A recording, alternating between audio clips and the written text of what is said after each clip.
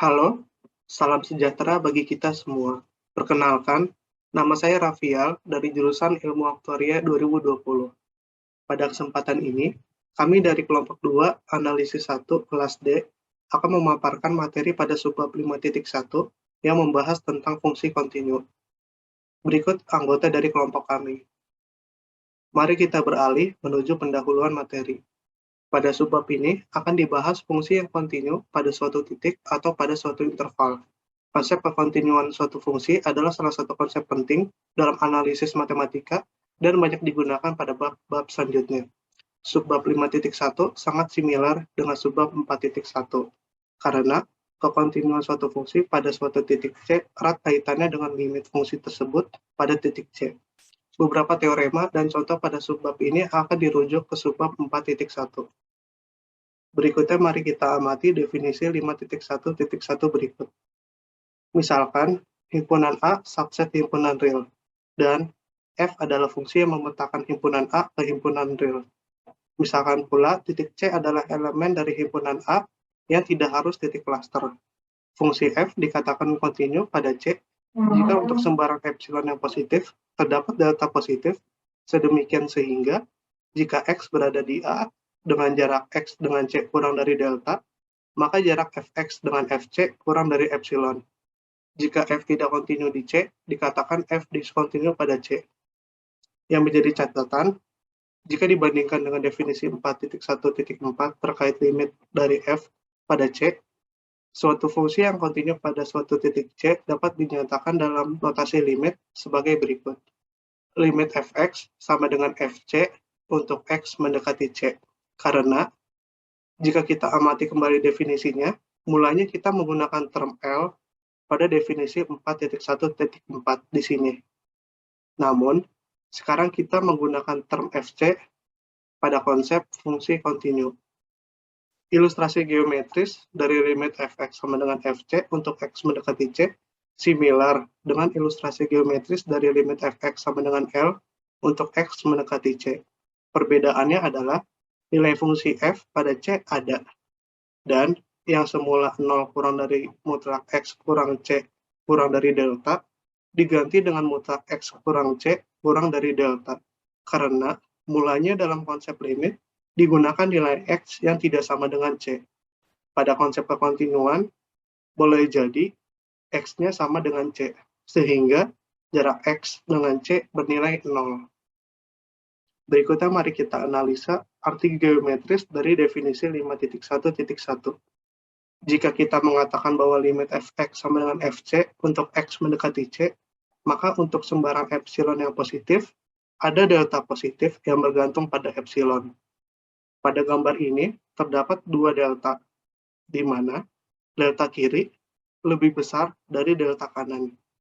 Sebagai jaminan, kita pilih delta kanan yang paling kecil sedemikian sehingga apabila ada suatu nilai X pada himpunan A yang jaraknya dengan C kurang dari delta kanan, maka jarak Fx terhadap Fc kurang dari epsilon. Dua hal yang harus diperhatikan untuk definisi 5.1.1 yaitu yang pertama, jika C cluster point dari A, maka fungsi F kontinu pada C jika dan hanya jika berlaku limit Fx sama dengan Fc untuk X mendekati C. Yang kedua, jika C bukan cluster point dari A, maka terdapat lingkungan delta dari C sedemikian sehingga irisannya dengan himpunan A hanya berisikan titik C saja. Karena pada konsep kekontinuan kita juga memperhatikan nilai fungsi pada titik C, maka fungsi F otomatis kontinu pada C. Selanjutnya yaitu teorema 5.1.2. Teorema ini berbunyi suatu fungsi f yang memetakan A ke himpunan bilangan real dikatakan kontinu pada suatu titik C elemen A jika dan hanya jika untuk setiap lingkungan epsilon dari Fc terdapat lingkungan delta dari C demikian sehingga jika X anggota A iris lingkungan delta dari C, maka Fx merupakan elemen lingkungan epsilon dari Fc, yaitu F merupakan peta dari A iris lingkungan delta dari C subset lingkungan delta dari Fc. Nah, teorema ini menunjukkan sifat kekontinuan fungsi ditinjau dengan konsep lingkungan yang ada seperti di subbab 4.1 sebelumnya. Nah, sifat kekontinuan fungsi selain dengan definisi kekontinuan dapat dibuktikan juga dengan kriteria barisan. Selanjutnya akan ada teorema 5.1.3 yang akan membahas sifat kekontinuan fungsi di suatu titik ditinjau dengan kriteria barisan. Oke, untuk teorema 5.1.3 ini membahas kriteria barisan untuk kekontinuan. Fungsi f yang memetakan A kehimpunan bilangan real kontinu di titik C elemen A jika dan hanya jika untuk setiap barisan xn di A yang konvergen ke C, maka barisan fxn konvergen ke fc. Untuk pembuktiannya menyesuaikan dengan teorema 4.1.8 mengenai kriteria barisan. Yang pertama diketahui untuk setiap xn di A dengan limit xn sama dengan C, berlaku limit fxn sama dengan fc. Akan dibuktikan limit x menuju C dari fx sama dengan fc menggunakan kontradiksi. Misalkan limit x menuju C dari fx tidak sama dengan fc, maka terdapat epsilon 0 yang lebih besar dari 0. Untuk setiap delta terdapat x elemen A dengan mutlak x min C lebih kecil dari delta, tapi mutlak fx min fc lebih besar dari epsilon 0. Untuk delta sama dengan 1, terdapat x1 elemen A dengan mutlak x1 min C lebih kecil dari 1.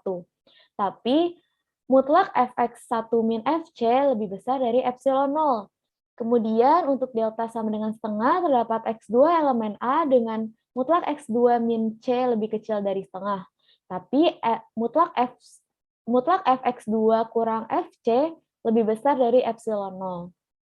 Kemudian dilihat dari polanya dapat membentuk menjadi sebuah formula, yaitu untuk delta sama dengan 1/n, terdapat xn elemen dari A dengan mutlak xn min C lebih kecil dari 1/n. Tapi mutlak fxn min fc lebih besar dari epsilon 0.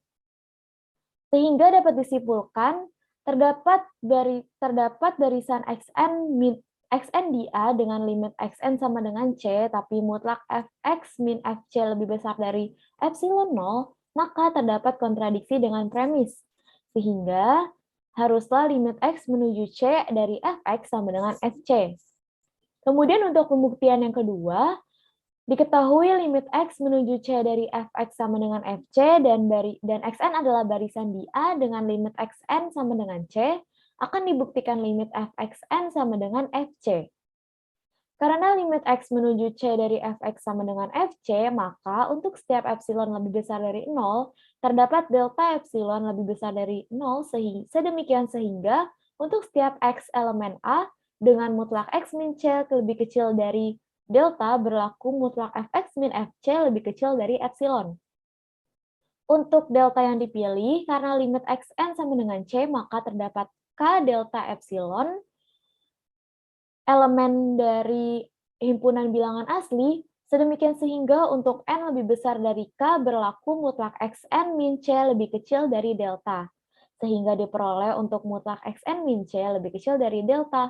Maka mutlak fxn min fc lebih kecil dari epsilon. Sehingga dapat disimpulkan, untuk setiap epsilon lebih besar dari 0, terdapat k elemen himpunan bilangan asli, sedemikian sehingga untuk setiap n lebih besar sama dengan k, berlaku mutlak fxn min fc lebih kecil dari epsilon, sehingga limit fxn sama dengan fc. Nah, berdasarkan pembuktian 1 dan 2, terbukti jika untuk setiap barisan xn elemen A, barisan xn konvergen ke C, maka barisan fxn konvergen ke fc. Jika memenuhi kondisi tersebut, maka fungsi f yang memetakan A kehimpunan bilangan real dapat dikatakan kontinu di titik C elemen A. Teorema 5.1.4, yaitu teorema kriteria kediskontinuan. Misalkan A subset dari himpunan bilangan real, dan F adalah fungsi yang memetakan A ke himpunan bilangan real dengan C elemen dari A, maka fungsi F diskontinu pada titik C. Jika dan hanya jika terdapat barisan xn di A sedemikian sehingga xn konvergen ke C, tetapi barisan fxn tidak konvergen ke fc. Pembuktiannya harus dua arah karena terdapat jika dan hanya jika. Yang pertama dari kanan ke kiri, karena fxn tidak konvergen ke fc, maka terdapat daerah persekitaran U dari fc sedemikian sehingga fxn iris U berhingga. Sekarang xn konvergen ke C, maka jika kita mengambil daerah persekitaran V dari C, terdapat N elemen dari himpunan bilangan asli, xn elemen dari V, dan N untuk setiap N lebih besar daripada N, maka dari itu untuk setiap V, FV bukan merupakan subset dari U, karena fxn iris FV tak berhingga. Jadi, F discontinue di titik X sama dengan C. Lalu dari kiri ke kanan, karena F discontinue di C, maka terdapat daerah persekitaran V dari FC sedemikian sehingga F inverse V bukanlah daerah persekitaran dari C, tetapi C elemen dari F inverse V. Jadi C adalah batas dari F inverse V yang berarti terdapat sebuah barisan xn yang merupakan subset dari F inverse V komplement sedemikian sehingga xn konvergen ke C, tetapi fxn tidak bisa konvergen ke fc karena fxn iris V merupakan himpunan kosong dan fc merupakan elemen dari interior V. Selanjutnya, ada definisi 5.1.5 yang berbunyi misalkan A subset dari himpunan bilangan real dan F adalah fungsi yang memetakan A ke himpunan bilangan real. Jika B merupakan subset dari A, fungsi F dikatakan kontinu pada himpunan B jika F kontinu pada setiap titik di himpunan B. Oke, baiklah. Kali ini untuk 5.16, kita hanya akan membahas satu soal saja. Untuk kali ini kita akan ke soal, contoh soal G. Berikut adalah fungsi F memetakan R ke R adalah fungsi Dirichlet bernilai 1 ketika X rasional dan 0 ketika X adalah irasional. Buktikan F tidak kontinu pada setiap titik. Jadi akan dipisah menjadi dua kasus. Untuk kasus pertama X adalah rasional, yang keduanya adalah irasional. Baik, kita langsung saja. Yang pertama kita akan menggunakan definisi negasi dengan menggunakan negasi dari definisi fungsi kontinu. Maka misalkan himpunan A subset dari R, fungsi F memetakan A ke real dan C elemen A F dikatakan diskontinu pada C elemen A jika terdapat epsilon 0 yang besar dari 0, sehingga untuk semua delta besar dari 0 terdapat X elemen A dengan jarak X kurang dari dengan C itu kecil dari delta, tetapi jarak Fx dengan Fc itu besar dari sama dengan epsilon 0. Ambil sembarangan bilangan rasional C, maka terdapat epsilon 0, kita ambil saja sama dengan setengah, untuk semua delta besar dari 0. Terdapat X elemen real, X bilangan irasional dengan jarak X dengan C itu kecil dari delta. Ini dijamin oleh teorema 248. Sedemikian sehingga Fx kurang dari Fc itu sama dengan 1. Di mana 1 itu besar dari setengah, yaitu epsilon 0. Sudah sesuai dengan negasi dari definisi. Karena C adalah sembarangan bilangan rasional, maka bisa disimpulkan bahwa Fx diskontinu untuk setiap bilangan rasional. Baiklah, ini adalah yang di bawah ini menggunakan kriteria kediskontinuan adalah cara lain untuk case 1. Kita akan langsung ke case 2. Untuk case 2, pembuktian dengan negasinya hampir serupa. Untuk C-nya kita tinggal ganti saja dengan irasional, X-nya kita ganti dengan rasional, dan epsilonnya tetap 0. Untuk kasus kedua, saya akan menggunakan dengan kriteria kediskontinuan. Baiklah, jadi ambil sembarangan C elemen real, di mana C bilangan irasional menurut teorema 248, terdapat barisan xn di R dengan xn bilangan rasional untuk setiap n, dan limit xn sama dengan C. Karena xn adalah bilangan rasional untuk setiap n, maka xn itu sama dengan 1. Untuk setiap n, maka limit fxn itu sama dengan 1. Sehingga ada suatu barisan xn di R. Xn bilangan rasional untuk setiap n dengan limit xn itu sama dengan C, tetapi limit fxn itu sama dengan 1, tidak sama dengan 0, yang sama dengan fc. Jadi fx discontinue untuk semua bilangan irasional berdasarkan kriteria kediskontinuan. Karena untuk dua kasus sudah terbuktikan, maka terbukti bahwa f tidak kontinu pada setiap titik di R. Baik, jadi untuk subproblematik 1 akan ditutup dengan sebuah catatan, yaitu misalkan A subset dari R dan F A dari A ke R, C anggota A. Jika F tidak terdefinisi, tetapi limit fx sama dengan L, maka kediskontinuan fx pada titik C dapat dihapuskan dengan mendefinisikan fungsi baru, yaitu f besar x sama dengan L, dan f besar x sama dengan f kecil x. Nah, sedangkan jika fc tidak terdefinisi, tetapi limit fx tidak ada, maka kediskontinuan fx pada titik C tidak dapat dihapuskan atau tidak dapat dipaksakan. Oke, berikutnya ada contoh untuk kedua kasus ini. Nah, yang pertama yaitu misalkan Gx sama dengan sin super x untuk x tidak sama dengan 0. Nah, limit sin super x tidak ada. Jadi, kediskontinuan Gx pada x sama dengan 0 tidak dapat dihapuskan. Itu sama dengan kasus yang kedua tadi.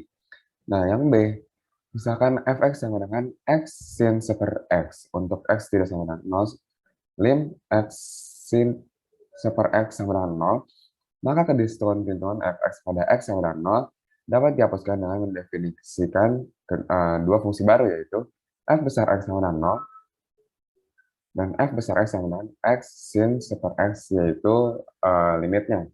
Maka f akan kontinu pada x sama dengan 0. Saya pikir sekian presentasi dari kelompok 2 analisis 1D. Mohon maaf apabila ada kesalahan serta kekurangan. Terima kasih. Wassalamualaikum warahmatullahi wabarakatuh.